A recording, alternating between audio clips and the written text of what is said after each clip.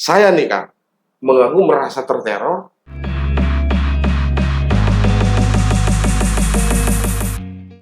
Ini lain nih, agak sedikit nyeleneh Kak.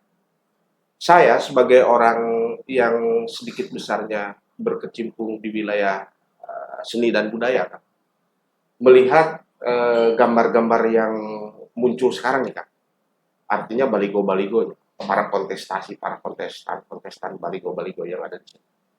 Saya selaku masyarakat awam nih, dengan baligo-baligo yang kaku seperti itu juga bukannya menjadi sebuah pencerahan bagi kami, Kak.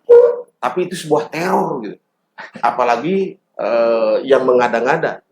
Biasanya yang biasa-biasa seperti kita ini mendadak gitu, mendadak pakai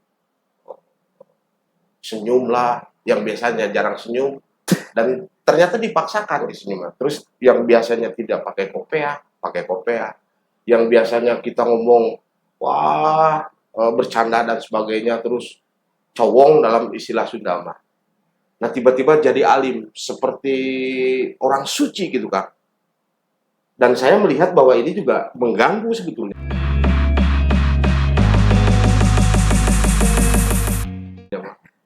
Saya nih Kak, mengaku merasa terteror dan kalau boleh dibilang itu mengganggu, khususnya mengganggu pengguna jalan Kang.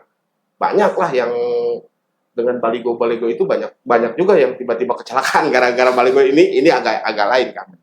Nah, ya misalkan para kontestan itu supaya masyarakat juga tertarik, misalkan ada quote-quote, di sana quote-quote membangun, gayanya misalkan gaya baligonya itu yang yang estetik, yang estetika, itu salah satu hiburan untuk masyarakat sebetulnya Mas. Itu peluang tuh. Ini gimana kalau menurut Akami? Karena kan melihatnya begini, serius gitu. Tiba-tiba jadi religius semuanya gitu. Padahal kita tahu seperti apa. Kira-kira seperti apa. Nah, saya kira mungkin ini orang partai nih yang ngomong nih. Saya kira ini para calon ini harus menggandeng Kang Pahat untuk menciptakan tadi bagaimana wajah yang tidak menteror atau gambar-gambar yang tidak mengganggu. Karena bagi saya gini, saya bisa memahami gitu. Hari ini banyak baligo bertebaran di jalan raya. Dan mereka memasang gaya sesuai dengan arahan partai atau arahan konsultan, arahan orang terdekat. Nah, ini kan tergantung. Gitu. Artinya ini adalah sebuah alat, sebuah cara bagaimana memperlihatkan citra dirinya terhadap masyarakat atau terhadap pemilih. Akan tetapi mungkin tadi, bagaimana baliho-baliho ini supaya tidak menciptakan gangguan, kesemrautan, termasuk kecelakaan. Betul. Nah ini tinggal bagaimana peran dari KPU, Bawaslu menertibkan baliho-baliho yang dipasang tidak sesuai tempatnya. Dan bagaimana tadi, pertama komunikasi. Pelaksana pemilu, pengawas pemilu dengan peserta pemilu melakukan komunikasi yang utuh, bukan hanya sekedar sudah tahu kan mana yang tempat tidak boleh dipasang.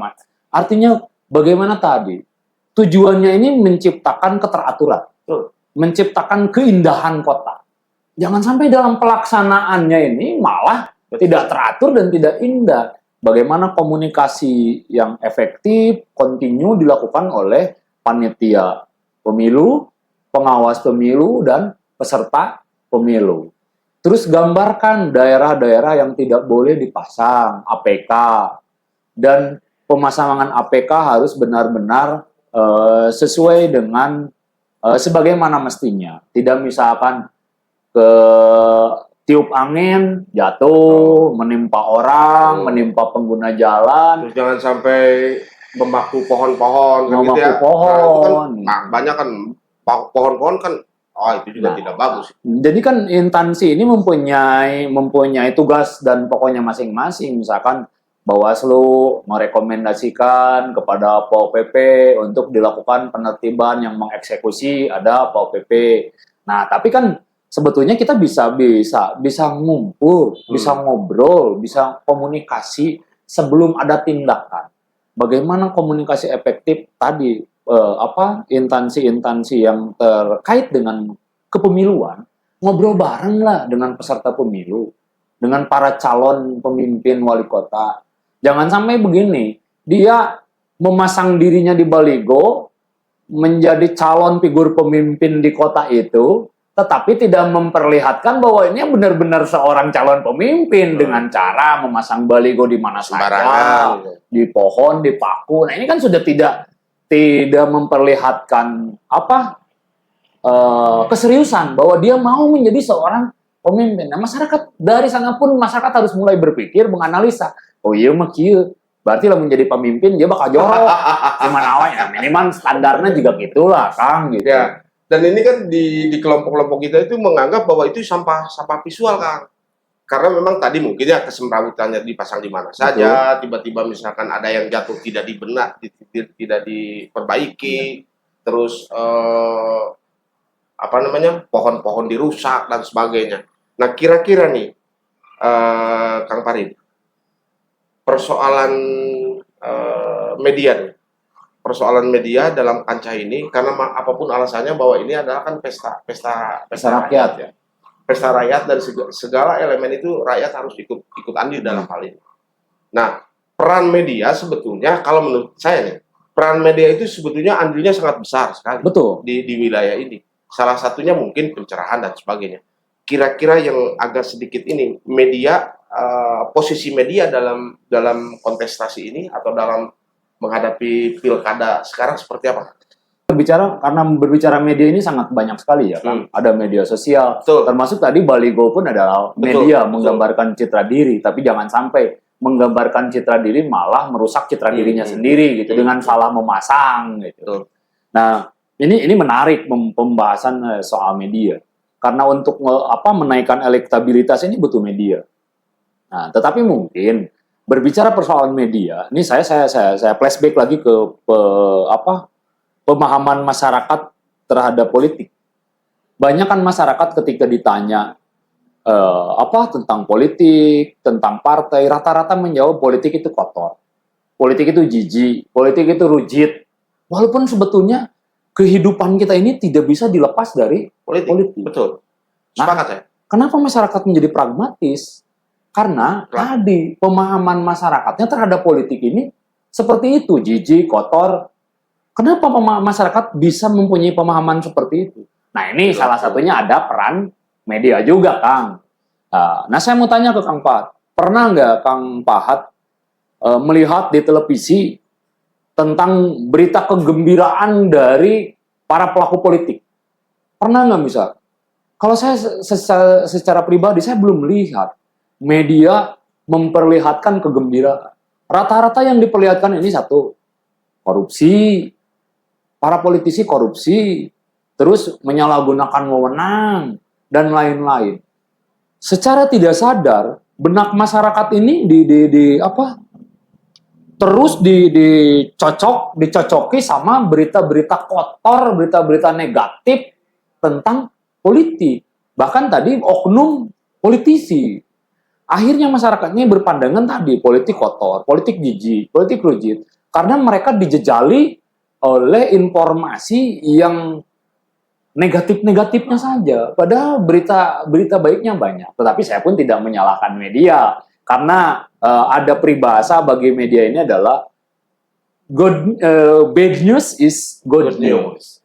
Berita jelek ini adalah berita baik gitu. Ya jarang kan kita tertarik membaca judul berita misalkan Kang Tatang Pahat merayakan ulang tahun, jarang gitu kan kita untuk membaca. Tapi misalkan kalau judulnya Kang Tatang Pahat misalkan berbuat mesum di mobil, oh ini menarik. Nah ini maksud dari bad news is good news. Nah saya kira masyarakat pun lebih cerdas dalam menangkap berita, menangkap informasi. Apalagi hari ini kita banyak disuguhkan dengan hoax, isu-isu kebencian gitu kan, berita bohong, propaganda. Nah, ini masyarakat harus bisa memfilter mana berita yang benar, mana berita yang tidak benar, mana berita yang mengandung ujaran kebencian dan yang lainnya. Sehingga tadi pendidikan politik ini tidak selamanya face to face. Betul. Oh, politik ini kadang dari berita ini adalah pendidikan politik. Sepakat. Jadi berbicara pendidikan politik ini sangat sangat panjang, Kang Pat. Dan intinya apa? Bahwa masyarakat harus pintar memilah, memilih, mengkonsumsi informasi, apalagi informasi dari jejaring media sosial. Misalkan pesan berantai WhatsApp, ini kan banyak berita bohong. Betul. Baik, sementara kita sudahi perbincangan kita ini, perbincangan di kanal Pikirkan Rakyat di beranda rumah Tetang Pahat, yang pada intinya bahwa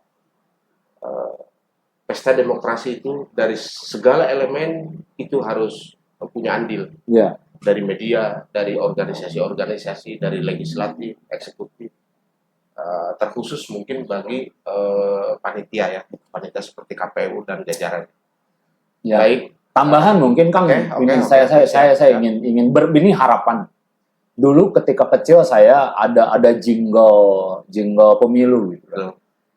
Pemilihan umum telah memanggil kita, terus semua rakyat bercambut gembira. Nih pemilunya harus gembira. Betul. Jangan sampai pemilu ini dijadikan tadi alat saling serang, ruang yang menimbulkan konflik. Nah ini, tapi bagaimana memaknai pemilu ini harus secara riang gembira. Siapa yang harus membuat riang gembira? Tentunya semua elemen termasuk masyarakat.